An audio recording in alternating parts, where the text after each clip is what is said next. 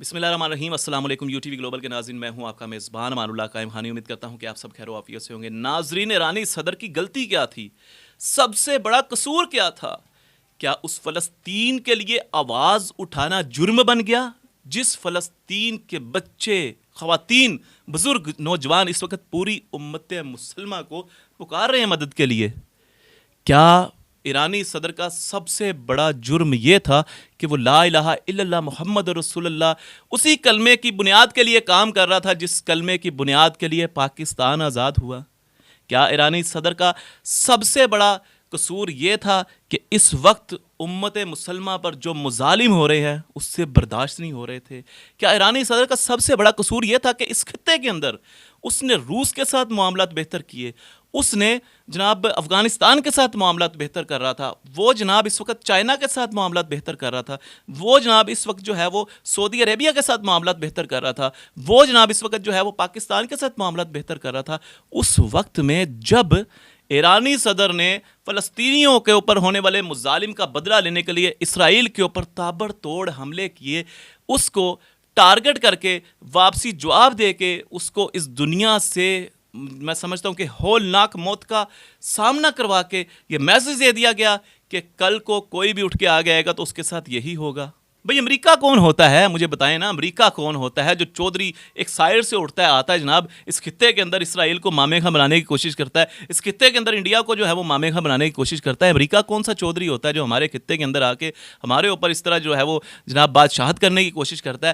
اگر فلسطینیوں کے لیے آواز اٹھانا ایرانی صدر کی سب سے بڑا جناب اس کا جرم بن گیا تھا, تو میرا سوال آپ سے ہے کہ آپ کو پتہ ہے کہ آج تک کتنے فلسطینی شہید ہو چکے ہیں؟ 7 اکتوبر 2023 سے لے کے آج 24 مئی تک 231 دن ہو چکے ہیں. اسرائیلی جارحیت جو کہ غزہ کی پٹی پر چل رہی ہے, اسرائیلی مظالم جو کہ اس وقت انسانی قوانین کی دھجیاں بکھیر کے رکھ دی ہیں اسرائیلیوں نے, آپ کو پتہ ہے کہ اب تک 231 دن میں کتنی کاؤنٹنگ ہے شہداء کی؟ نہیں پتہ ہوگا. بھائی اگر ٹائم ہو تو کاؤنٹنگ تھوڑی سی کاؤنٹ کر لیں کہ اب تک کتنے جو فلسطینی ہیں وہ شہید ہو چکے ہیں. 35,850 کے قریب جو فلسطینی جو ہیں وہ اب تک شہید ہو چکے ہیں بیت المقدس قبلہ اول کی حفاظت کے لیے. غزہ کی پٹی کے اوپر لا الہ الا اللہ محمد رسول اللہ صلی اللہ علیہ وسلم اسی کلمے کے بنیاد کے حق کے لیے جو ہے وہ 35,850 فلسطینی اب تک شہید ہو چکے ہیں. نہ صرف بات یہاں پہ ختم ہوتی ہے, آپ کو پتہ ہے بچے کتنے شہید ہو چکے ہیں؟ 7,823 بچے ہیں جو اب تک فلسطین میں غزہ کی پٹی پر شہید ہو چکے ہوئے ہیں. اور بہت سارے بچوں کی تعداد آپ کو پتہ ہے وہ ہے جو اس وقت آپ لوگ بیٹھے ہوئے ہیں ٹی ویز کے سامنے, ایل سی ڈیز پلے کر رہے ہیں, میچ دیکھ رہے ہیں. اس وقت آپ کو بہت سارے لوگوں کو اندازہ ہے اس وقت فلسطین میں کیا ہو رہا ہے, لیکن ایک ایگزیکٹ کاؤنٹنگ وہ ہے جو اس وقت انجوائمنٹ کر رہی ہے, میچز دیکھ رہی ہے, فلمیں ڈرامے دیکھ رہی ہے, گانے دیکھ رہی ہے, اور اس کے ساتھ ساتھ اسرائیلی پروڈکٹ کو اس وقت پروموشن دلا رہی ہے, لیز کھا کے, اس کے علاوہ کوک پی کے, اور بہت ساری پروڈکٹس اسرائیلی ہیں جن کو کھا کے ہم ان کو بزنس دے رہے ہیں. اسی بزنس سے یہ گولیاں تیار کی جا رہی ہیں, اسی بزنس سے یہ گولیاں فلسطینیوں کے سینوں میں اتاری جا رہی ہیں. ایگزیکٹ کاؤنٹنگ اس وقت میں آپ کو بتا رہا ہوں بچوں کی 7,823. ان میں سے بہت سارے بچے وہ ہیں جو صرف بھوک اور پیاس کی وجہ سے اس دنیا سے جا چکے ہیں. نہ صرف یہاں پہ بات ختم ہوتی ہے, خواتین کی تعداد جو ہے وہ 4,980 ہے جو اب تک فلسطین غزہ کی پٹی پر اپنی جان کی نذرانے پیش کر چکی ہیں.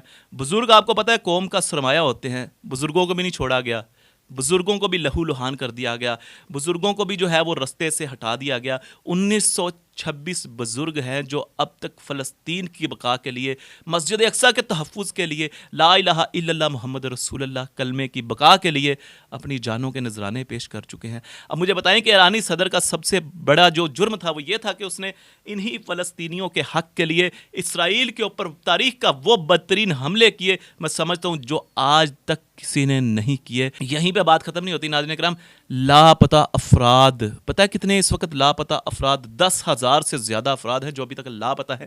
اور یہ ایگزیکٹ میں آپ کو بتا رہا ہوں کہ بہت سارے ایسے لوگ ہوں گے جو اس وقت اسرائیلیوں کی حراست میں ہوں گے, ان کے اوپر تاریخ کا بدترین ظلم کیا جا رہا ہوگا, ان کے اوپر جناب قیامت برپا کی جا رہی ہوگی. وہ 10,000 سے زیادہ لوگ ہیں. نہ صرف یہاں پہ بات ختم ہوتی ہے, زخمی فلسطینی ان کی تعداد ابھی تک 80,200 ہے. اور ابھی تک جو لوگ زبردستی بے گھر کر دیے گئے ہیں.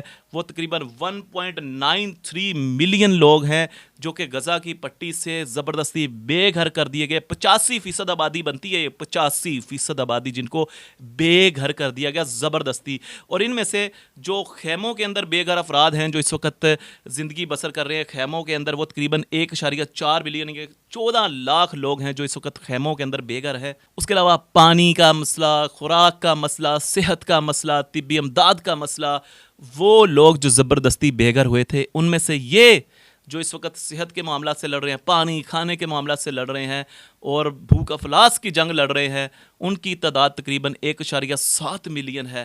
دیکھیں یہ سارے معاملات ایک طرف, یہ جنگ نہیں ہے, یہ ون سائیڈڈ گیم پلے ہو رہی ہے. ون سائیڈڈ جنگ تو تب ہوتی ہے جب آپ کے سامنے بھی آپ جتنا طاقتور ہو تب جنگ ہوتی ہے. جب آپ کے سامنے وہ لوگ موجود ہیں جن کے پاس نہ ہتھیار ہے نہ اسلحہ ہے, وہ صرف جذبہ امانی کی بنا پر جنگ لڑ رہے ہیں. یہ کوئی جنگ نہیں ہے, یہ ون سائیڈڈ گیم پلے ہو رہی ہے جس کی پشت پناہی انڈیا بھی کر رہا ہے, جس کی پشت پناہی امریکہ بھی کر رہا ہے. اسرائیل کی بات کر رہا ہوں میں. اچھا, ہمیشہ جنگوں کے بہت سارے اصول ہوتے ہیں.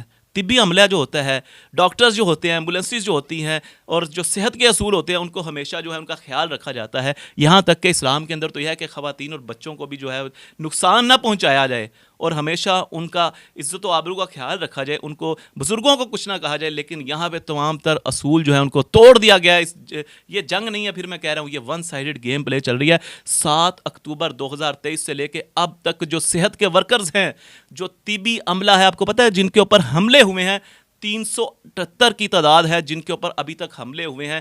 نہ صرف بات یہاں پر ختم ہوتی ہے, جو شہید اب تک ہو چکے ہوئے ہیں طبی عملہ, جو صحت کے جو عملہ ہے, طبی عملہ جو ہے وہ اب تک 500 کے قریب لوگ جو ہیں وہ شہید ہو چکے ہیں. یہ وہی لوگ ہیں جو فرسٹ ایڈ دے رہے ہیں, وہی لوگ ہیں جو آپریشنز کر رہے ہیں, وہی لوگ ہیں جو ہسپتال تک مریضوں کو لے کے جا رہے ہیں. وہ تقریباً 500 کے قریب جو عملہ ہے ان کو اب تک شہید کر دیا گیا ہے. 32 کے قریب ہسپتال ہیں جن کو بند کر دیا گیا, بہت سارے ہسپتالوں کو تباہ کر دیا گیا ہے. اور جو صحت کے مراکز تھے وہ 35 کے قریب جو ہیں ان کو جناب بند کر دیا گیا ہے.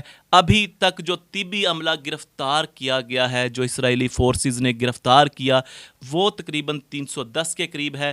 ایمبولینسز جو اب تک تباہ کر دی گئی ہیں یا اسرائیلی حراست میں لے لی گئی ہیں 130 ہیں. اب آپ مجھے بتائیں کہ وہ عملہ جو زخمیوں کو جناب پٹیاں کر رہا ہے, زخمیوں کو فرسٹ ایڈ دے رہا ہے, یار آپ اندازہ لگائیں گے کہ میرے سامنے ایسے ایسے کیسز آئے ہیں.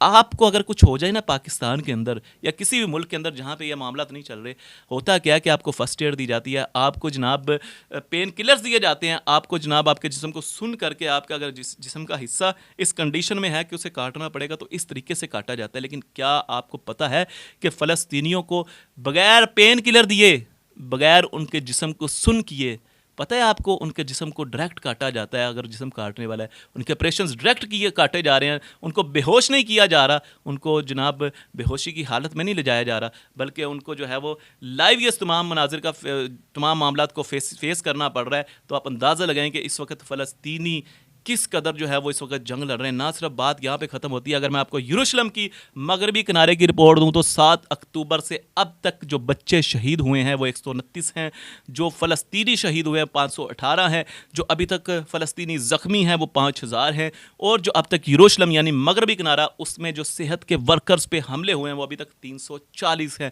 تو مجھے بتائیں کہ کیا ان سب کے لیے آواز اٹھانا, کیا ان سب کے درد کے اندر جو ہے وہ اسرائیل کو جواب دینا, کیا ایرانی صدر کی سب سے بڑی غلطی تھی؟ یہ سوال میرا آپ سے ہے. تو آپ نے ان تمام سوالات کا جواب جو ہے وہ کمنٹ سیکشن میں دینا ہے.